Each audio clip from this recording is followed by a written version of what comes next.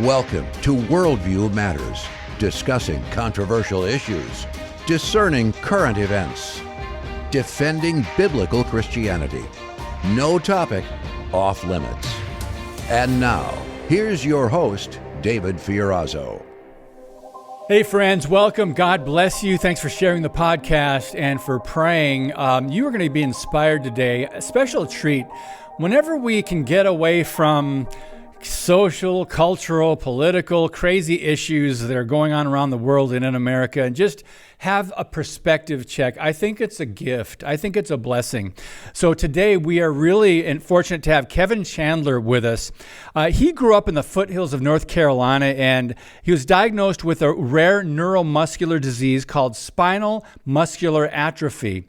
And in 2016, he and his friends did something really interesting. His friends took a trip across Europe, but they left his wheelchair, Kevin's wheelchair, apparently at home or in the airport. I've read two different things there, but we'll find out for sure.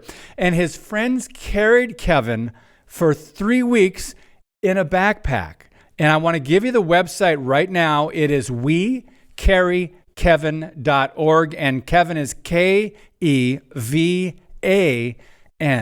wecarrykevin.org. And I can't wait to get his story. It's so inspiring, friends, and the good that's coming from what they did. Kevin, welcome to Worldview Matters. So good to see you.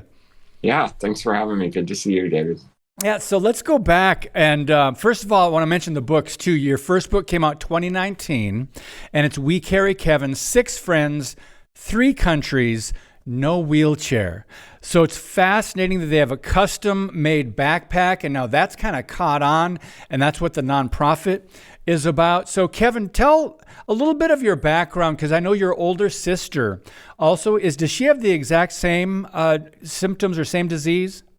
She does, yeah. So we both have spinal muscular atrophy, and the way I explain it is when my brain tries to tell my muscles what to do, they don't listen very well, and so our limbs and so our arms and our legs especially grow weaker over time. So we both have been in wheelchairs for her for most of our life, and me for all of mine.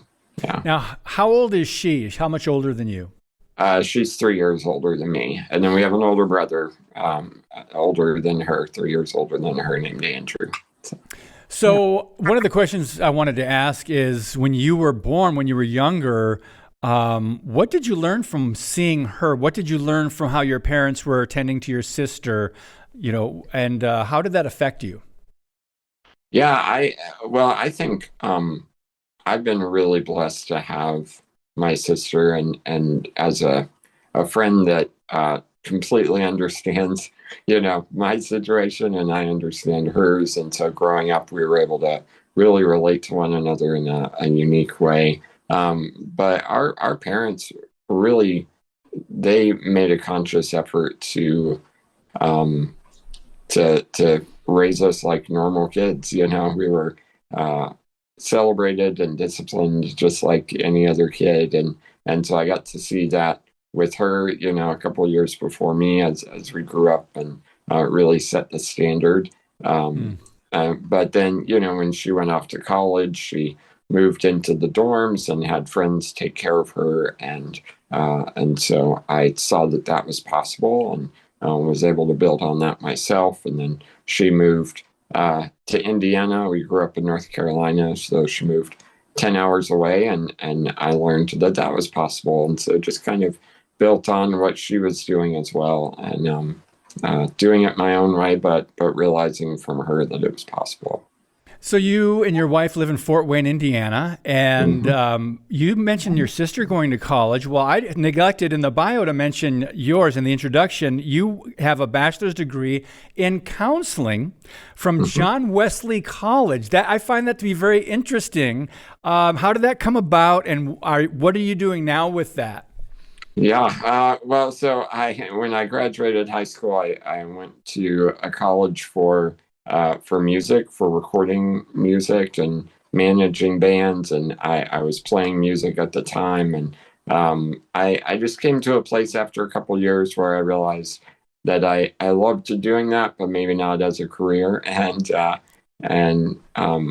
at the same time, one of the guys I played music with was at John Wesley getting his bachelor's degree, and I would go and spend the weekends with him and hang out. And so I had gotten to know the staff and the students, and it was just a pretty easy decision and transition into that. And so while I was at school there, the degree was generally in counseling, but they allowed me to give it a focus in prison ministry. And so all of my internship and volunteer opportunities were in prison ministry. And so I did that for a few years, and also did some rehab counseling and stuff like that. And so I don't do any of that now, but I feel like my experience in that really helped to shape who I am and how I see the world and how I interact with people. And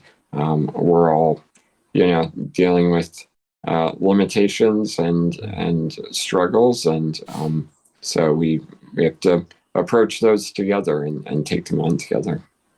Excellent. So your first book, We Carry Kevan, 6 Friends, 3 Countries, No Wheelchair. We'll get to the children's book in a few minutes.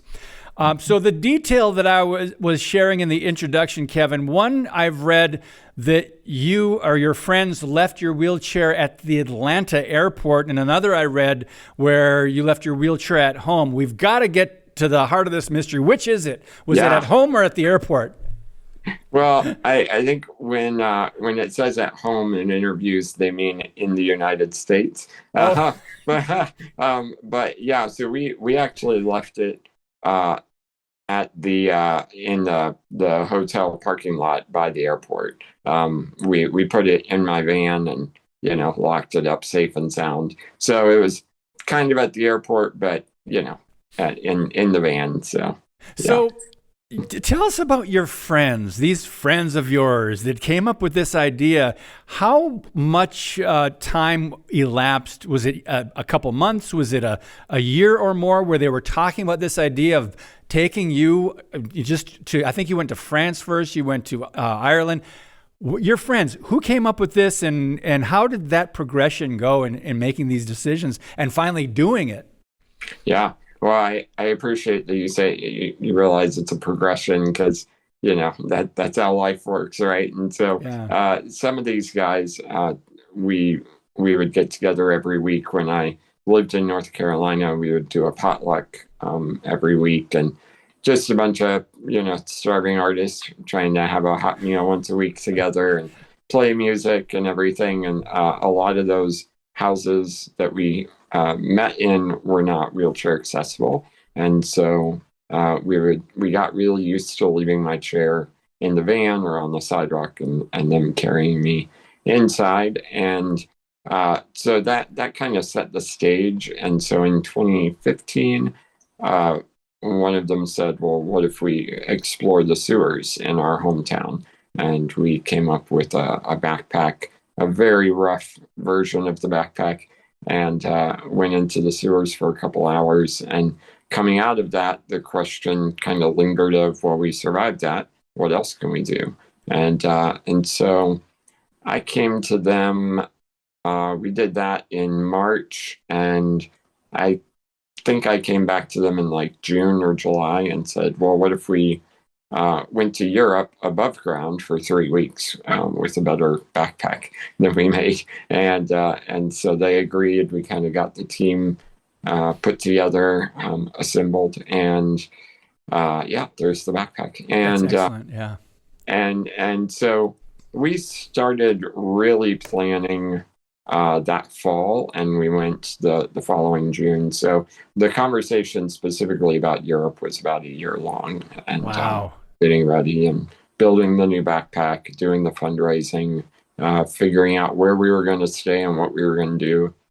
It was all that was an adventure in itself. So wow. So were there 3 friends? Were there more? So on the trip to Europe, we had 4 guys that were taking turns carrying me, and then we had 2 guys that were filming because we felt like if we were going to do something this crazy, we needed proof that. That's great. That's smart.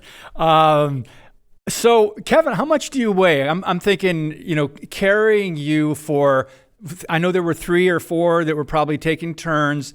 That's a workout. How much do you weigh? Yeah, so when we were on the trip, I weighed about 65 pounds. Okay. And so our rule, generally speaking, was that we switched off every 45 minutes. And each guy got a day off. They rotated through. So at any given time, we had 3 guys that were taking 45-minute cycles of carrying me. And that way they didn't, at the beginning of the trip, we actually pushed through. They'd say, "Oh, yeah, I'm fine." And, after carrying for 2 or 3 hours, they were done for the whole day. And, we said, well, we need something more sustainable. So we limited the time if we were able to. Sometimes it wasn't possible, just the terrain, or we would be on a subway or something. It'd be hard to transition, but generally speaking, that's what we did. So these guys must have been in good shape. Now, what was the hardest terrain? I'm thinking a mountain where they really had to climb as far as elevation to take you. What was that? Yeah, well, the cover of the book is on Skellig Michael, which is an island off the coast of Ireland. Wow. It's got a very, very old, ancient monastery there that we wanted to see in person. And so that was the end of our trip. And we could only take 2 of the guys with us, plus 1 of the camera guys. So that was more difficult because it was a smaller group.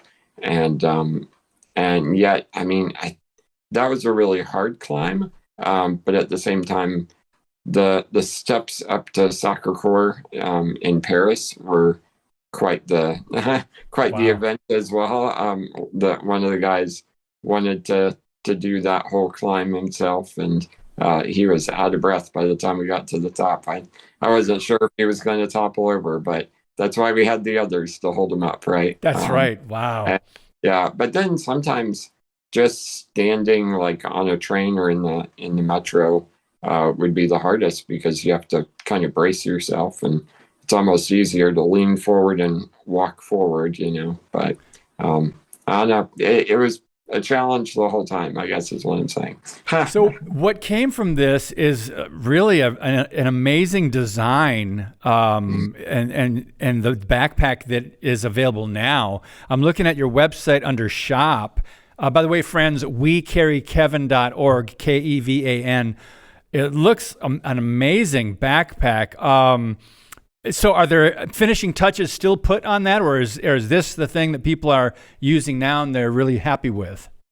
Yeah, so when we got back from the trip, we had used a child carrier from Deuter. It's a backpack company that's really well established. We had used that as kind of a base and reworked some of the aspects of it to better support me and handle my weight and weight distribution and things like that. And Amazing. And so we went back to them and said, hey, can you make a factory version of what we did to your backpack? And they agreed. And now we are actually on version 2.0, because that first version was based on my needs. And then we started distributing it all over the world and hearing back from families saying, hey, we don't use this part as much, or we need more of this. And so just kind of did that research and got feedback from families and developed 2.0 maybe a year and a half ago.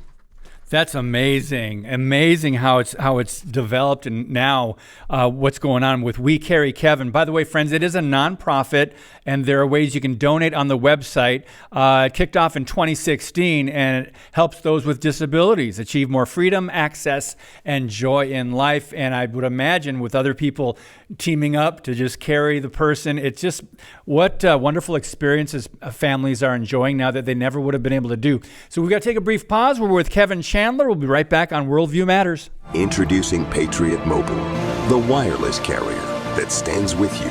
We are committed to supporting the values that make our nation great. With affordable plans and reliable nationwide coverage, Patriot Mobile is not just a wireless service. It's a call to action for those who believe in the American dream. Get free activation now with promo code DAVID.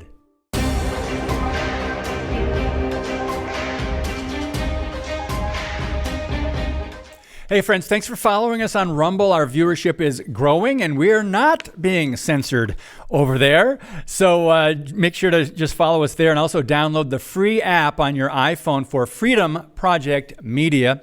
Kevin Chandler is our guest today and the nonprofit is WeCarryKevan.org. So Kevin, we talked about the first backpack. Now we've got to talk about the book. Actually, we mentioned the first book. Let's talk about the children's book. And I would imagine, I was reading some of the testimonies of family, adults appreciating that and reading it to the children. So tell us how the children's book came about, and I'm guessing that's pretty new. It just came out within a year? Yeah, it came out a few months ago, and yet it was, as I've come to understand, it was a few years in the making, which is how all picture books work, but I've learned. We had the memoir, which we now call the grown-up book, available to our audience for a few years, and we would always share it with families, and we really appreciated how parents would enjoy it, and sometimes they could read it to their kids and stuff like that. But it always kind of bothered me that there were people actually in the backpack that couldn't read that book. Because probably about 95% of the people actually in the backpack are young children. And so I wanted to be able to share our story in a way that they could really process it and understand it themselves and be able to see, hey, that's just like me. I'm in a backpack like that. And right now we have about 1,200 backpacks in 48 countries. And Wow. I wanted those families, the children of those families, to really understand the story behind this backpack and be encouraged by it. And so we kind of started down the road of creating this picture book, and got an amazing artist to work with us, and in the writing process we decided that it should be about the fears that I had, or maybe concerns would be a better word, concerns of what goes through your mind when you are on someone's back, fully depending on them. And so it kind of walks through a few of those concerns and then says, but Kevin's friends said, trust me. And Kevin did. And then you get to see all the amazing, fun and beautiful things that come from that. And so as the book came together, we just realized this isn't just a book for those kids in the backpack. This is a book about friendship that could be available to everyone. And so we kind of started down that road as well. So now it's available for anyone to enjoy, and hopefully be encouraged about putting others before yourself and inviting people into your need, and trusting and being trustworthy. It's We Carry Kevan children's book, children's picture book. There's a lesson in faith here, obviously, because I think I relate that to our trust in God. Sometimes we've got to kind of get through the fear and just say, okay, Lord, I trust you. So let's go back to children. When children see, let's just say a dad carrying a little girl, a daughter, like a healthy little girl on his back, they kind of go, okay, they kind of know how to process that. And now let's look at children when they see one of these friends of yours carrying you, an adult man on their back. Just share with some of the things that children, because they can be so brutally honest, right? Just share a couple of those experiences where kids are trying to process this man on another man's back. Go ahead and share whatever comes to mind.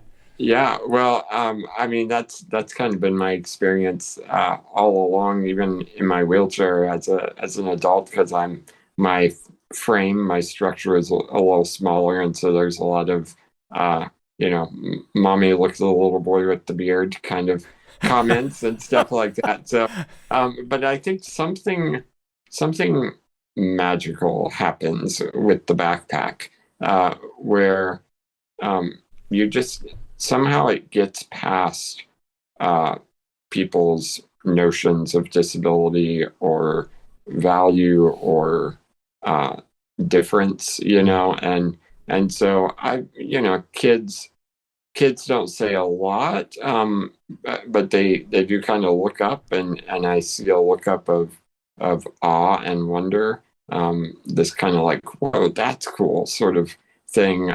But then we've also had a lot of adults who would otherwise maybe have shied away, actually like high five us or handshake. And we did get to go after Europe. We went to China, and part of our time there was spent at a orphanage for kids with disabilities. And I got to, be on the floor in the backpack and out of the backpack with these kids who had similar disabilities as me. And so maybe more than the backpack, I think what they saw and were encouraged by was, hey, look at this guy and the friends that he has and the full life that he's living. And I can have that too. And so I think that's something that families all over the world with disabilities see, even more than the backpack. They see that I'm an adult and I'm doing okay, and I have an awesome group of friends and an amazing wife, and these things are possible in a world that sometimes says, well, you're in a wheelchair, so you may not get married, or your friends aren't going to want to help the way that that you need to hire nurses, or there's all these limitations that the world puts on us, but we also put on ourselves. Yeah. And I hope that my testimony is that that doesn't have to be the case, and you can live a full life. Mm-hmm.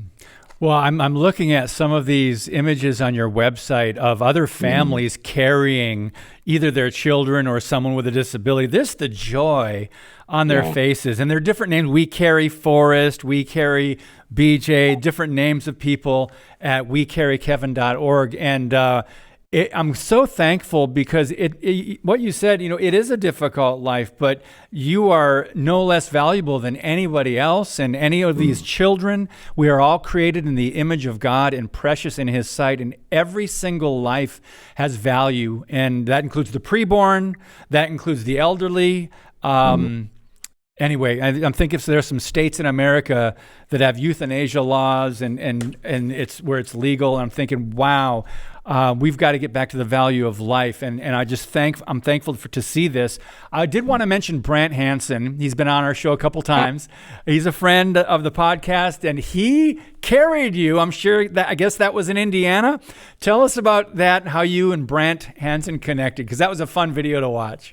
Yeah, we have met up here in Indiana before, but he carried me. I actually went down to visit him in Florida, in where he lives, and yeah, somebody had connected us, an editor that had worked with both of us on our books, and said, hey, I think you guys would get along. You would be friends, and so yeah, there he is. So my goodness, we set up a Zoom call and chatted for about an hour, and at the end he was like, so what do we do next? And I was like, well, I can come down if you want to carry me. How's your back? And we had a great time. It was a lot of fun. We walked down a path for a while, and then he said, hey, I need a break. So it's funny because the interview, the video that we did, I don't remember, it's probably an hour and a half long, but I feel like about 75% of it,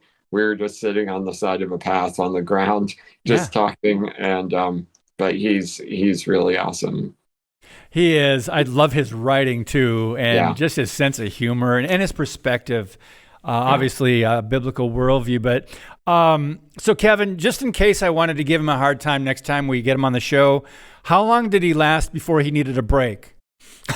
Oh, I actually don't know. It's not a cop out, but I will tell you that when I'm in the backpack, like my whole concept of space and time just get all wobbly because I'm used to being close to the ground and in control, and That's suddenly right. you're 6 feet, 7 feet in the air because I'm above whoever's carrying me a Yeah. little bit, and so being way up there, I have no idea how, we'll pass by a tree or a lampstand and I'll think we're going to run into it and we don't.